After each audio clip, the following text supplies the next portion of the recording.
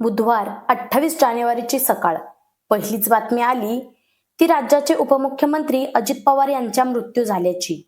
बारामतीमध्ये विमान लँड होत असताना रनवे शेजारच्या माळरानावर कोसळलं आणि त्यामध्ये अजित पवार यांच्यासह 5 जणांचा मृत्यू झाला.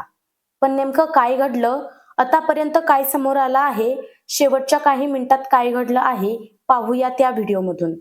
मंगळवारी 27 जानेवारीला उपमुख्यमंत्री अजित पवार हे मंत्रिमंडळाच्या बैठकीसाठी मुंबईला आले होते. जिल्हा परिषद निवडणुकीच्या निमित्ताने अजित पवारांच्या बुधवारी बारामतीमध्ये 4 सभा नियोजित होत्या. त्यासाठी अजित पवार बुधवारी सकाळी मुंबईतून बारामतीला रवाना झाले. पण सकाळी 8:45च्या सुमारास अजित पवारांचं विमान लँड होत असताना माळरानात हे विमान कोसळलं. अपघात इतका भीषण होता की विमानाने मोठा पेट घेतला आणि विमान पूर्णपणे जळून खाक झालं. तातडीने अग्निशमन दलाच्या गाड्या आणि वैद्यकीय पथक घटनास्थळी दाखल झालं. आग विझवण्यात आली. त्यानंतर वैद्यकीय पथकाने सुद्धा तातडीने कार्यवाही सुरू केली.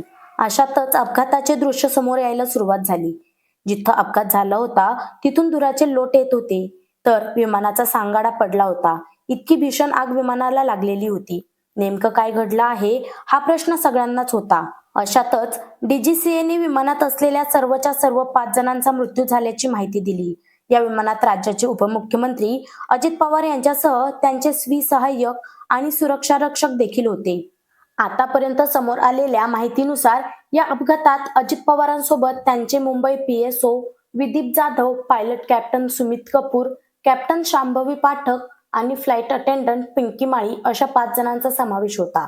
हे खाजगी विमान VSR या कंपनीचं होतं. एअरजेट 45 टाईपच्या या विमानाने सकाळी 8:10 मुंबईमधून टेक ऑफ केलं. त्यानंतर 8:50 हे विमान बारामतीमध्ये लँड होणं अपेक्षित होतं, पण लँडिंग वेळीच अपघात झाला.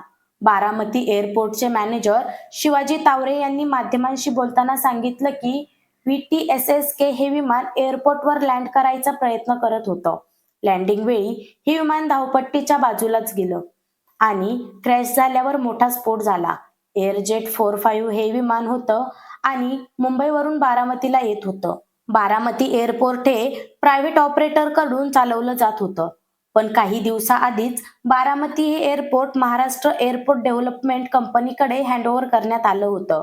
डीजीसीएचे मुख्य अधिकारी फैज अहमद हेडवाई यांनी दिलेल्या माहितीनुसार या सगळ्या घटनेची चौकशी सुरू करण्यात आली आहे. या अपघाताबद्दल सूत्रांनी दिलेल्या माहितीनुसार विमान लँडिंगच्या स्थितीत असताना या पायलटने सुरक्षितपणे विमान रनवेवर उतरवण्याचा पूर्ण प्रयत्न केला. पण त्याचं निर्णायक क्षणी विमानात तांत्रिक बिघाड झाला, ज्यामुळे लँडिंगच्या वेळी विमानावरचं नियंत्रण पूर्णपणे सुटल्याचं प्रथमदर्शनी दिसून येत आहे. तांत्रिक त्रुटीमुळे विमानाने दिशा बदलली असावी किंवा इंजिनमध्ये काही समस्या निर्माण झाली असावी आणि 8:48 विमान कोसळल्याची दाट शक्यता वर्तवण्यात येत आहे. याबाबत सध्या तपास सुरू असून तांत्रिक बिघाड, हवामान आणि इतर कारणांचा सखोल अभ्यास केला जात आहे. विमानाचा ब्लॅक बॉक्स हाती आल्यानंतरच या अपघाताचं नेमकं कारण स्पष्ट होईल असं तपास यंत्रणांकडून सांगण्यात येतंय. पण सध्या तरी लँडिंगच्या वेळीची शेवटची 10 मिनिटं क्रूरशील ठरली असं सांगण्यात येत आहे. कारण लँडिंग करण्याच्या 10 मिनिट आधी विमानात बिघाड झाला आणि त्यामुळेच लँडिंग करताना अडचण आली. ज्या विमानातून अजित पवार प्रवास करत होते त्या विमानाबद्दल सुद्धा आता माहिती समोर येतेय. त्यानुसार हे विमान प्रामुख्याने अतिमहत्वाच्या व्यक्तींच्या प्रवासासाठी डिझाईन केलेलं आहे. यात साधारणपणे 8 ते 9 प्रवासी बसू शकतात. त्याची आसन व्यवस्था क्लब सिटिंग पद्धतीने असते, ज्यामुळे विमानात मीटिंग्स करणं सोपं जातं. एअरजेट 45 या क्लासमधल्या सर्वात वेगवान विमानांपैकी एक आहे. हे विमान सुमारे ताशी 860 किलोमीटर वेगानं उडू शकतं. मुंबई ते बारामती हे अंतर विमान अवघ्या 20 ते 25 मिनिटात कापू शकतं. विमान वाहतूक क्षेत्रात या विमानाला अनेकदा लॅम्बॉर्गिनी असंही म्हटलं जातं, कारण याचं इंजिन आणि एरोडायनॉमिक डिझाईन अत्यंत टोकदार आणि चपळ आहे. हे विमान जमिनीपासून 51,000 फूट उंचीपर्यंत उडू शकतं, जी उंची एअरबस बोईंग अशी सामान्य व्यावसायिक विमानं गाठू शकत नाही. या विमानाचं सगळ्यात मुख्य वैशिष्ट्य म्हणजे हे विमान छोट्या रनवेवर सुद्धा सहज उतरू शकतं. त्यामुळेच बारामतीच्या छोट्या रनवेवर हे विमान उतरवलं जात होतं. पण दुर्दैवानं लँडिंग वेळीच अपघात झाला आतापर्यंत जे व्हिज्युअल समोर येत आहे त्यानुसार या विमानातल्या सामानाची राख झाली आहे. सीटवर रक्ताचे डाग पडले आहे. भीषण गोष्ट म्हणजे विमानातच सीट कोसळलं आहे. त्या शेजारीच सरकारी फाईल सुद्धा दिसत आहे.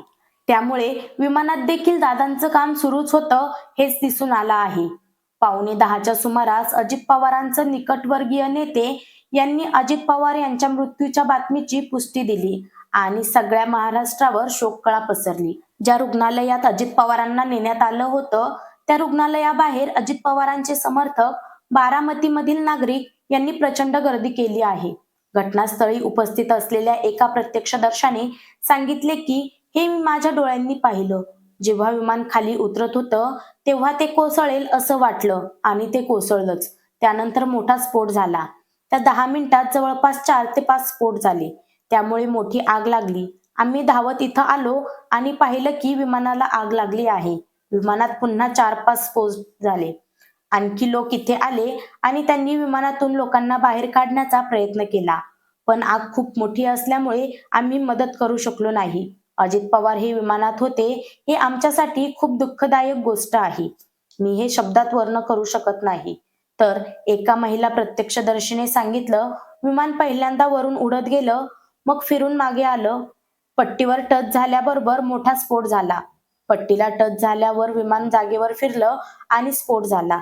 स्फोट झाल्यावर आमच्या घरापर्यंत विमानाचे तुकडे उडाले. आणखी एका व्यक्तीने दिलेल्या माहितीनुसार अपघातानंतर स्फोट झाला आणि 2 मृतदेह बाहेर उडून आले. गॉगल आणि घड्याळावरून आम्ही अजित पवार यांना बाहेर हुडकून काढलं आणि त्यांना मदत केली.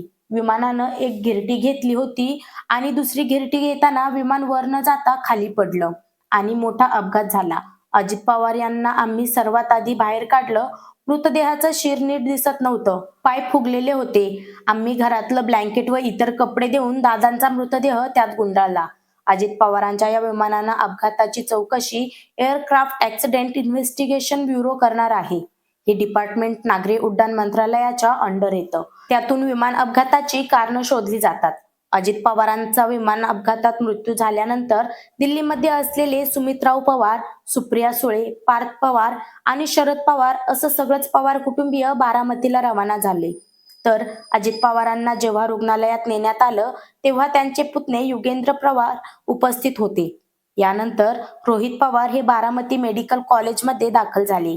तर त्यानंतर अजित पवारांचे पुत्र जय पवार सुद्धा बारामती मेडिकल कॉलेजमध्ये पोहोचले.